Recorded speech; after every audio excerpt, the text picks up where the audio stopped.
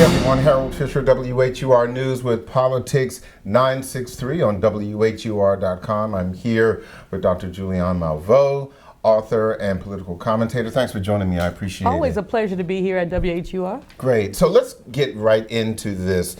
President Trump is expected to announce his tax plan. What are your expectations? A lot of folks are saying there's going to be a big corporate tax cut, maybe 20%, and also some relief for the middle class.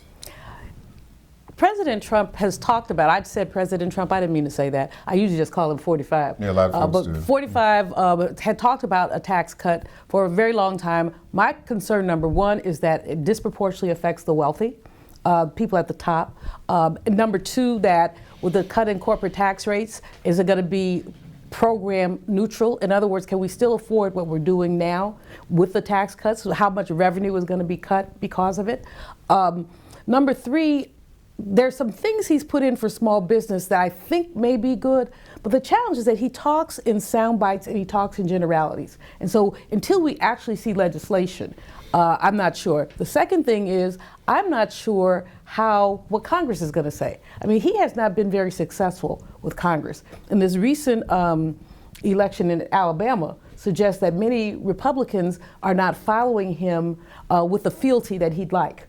His endorsement didn't mean anything in Alabama, and some of the provisions that I hear, and this is just hearsay, that he's thinking about are things that I don't think many people will go along with. As an example, I heard last week that they were thinking of eliminating the interest deduction.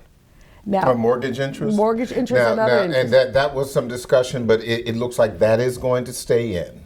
And that's going, and there's going to be a whole lot of pushback around that kind of thing. I mean, if only less than half of all African Americans own their homes, it's about 45%. But those of us who do own our homes were only able to afford the homes we have because we were able to count on that mortgage interest deduction. But also, in terms of business expansion, most African American entrepreneurs at some point tap into that home equity to grow their businesses. So keeping that deduction is really quite important.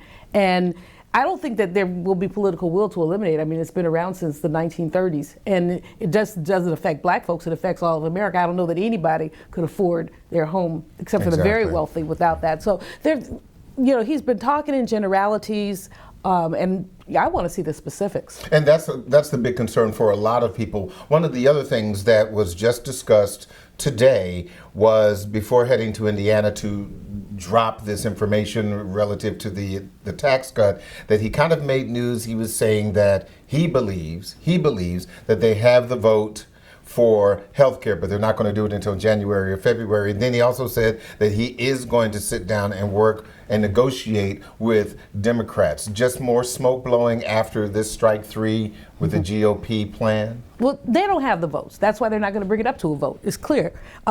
At least 3 Republican senators have said they're not voting for it. So they don't have the votes. And in fact, I think with the senator from Alaska, the attack on Planned Parenthood does not go well with her. Sue Collins has been fantastic in terms of being a moderate. She doesn't like aspects of this. And John McCain doesn't like the procedure. I bet you that he would probably vote for it. I don't know, though. Having had his recent brain cancer surgery, he may well look at the quality of care he had and compare it to the quality of care others have and have some issues. But he has issues about procedure. This notion that you're going to fast track foolishness at the last minute, have to get it done by September 30th, that turns everybody off. So they don't have the votes, and they can try again. They can keep trying as long as they want. As President Obama said, they've already tried 50 or 60 times. So keep trying. I only have about 30 seconds left. Real quick, your thought about football and the political football and the racial justice protests and kneeling. Where are we now?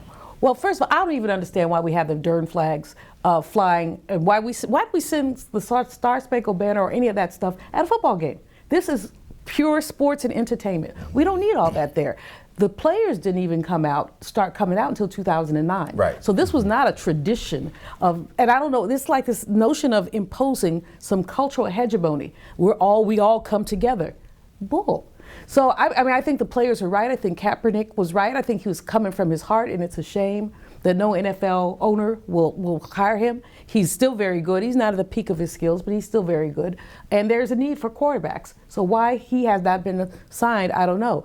The president, that man is just, I just really think that there's a mental health problem here.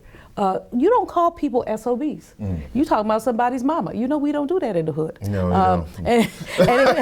And in some rural parts of America, you don't do that either. But so. you know, I mean, if these players who took to their knee are SOBs, then what is he a son of? Yeah. We're not going to speculate. But what we would say, that's wrong. It's divisive. It's ugly, and it is racial. Yeah. Dr. Julianne Malveaux, always good to see you. Thank you so much, sis. I appreciate you coming in. Thank you. Always a pleasure to be with you. And of course, don't forget, you can see this and other Politics 963 interviews on WHUR.com. And don't forget to check out all of our social media platforms. That includes Twitter, Instagram, and Facebook. Don't forget about the hashtag Stay Woke. I'm Harold Fisher. We'll see you next time.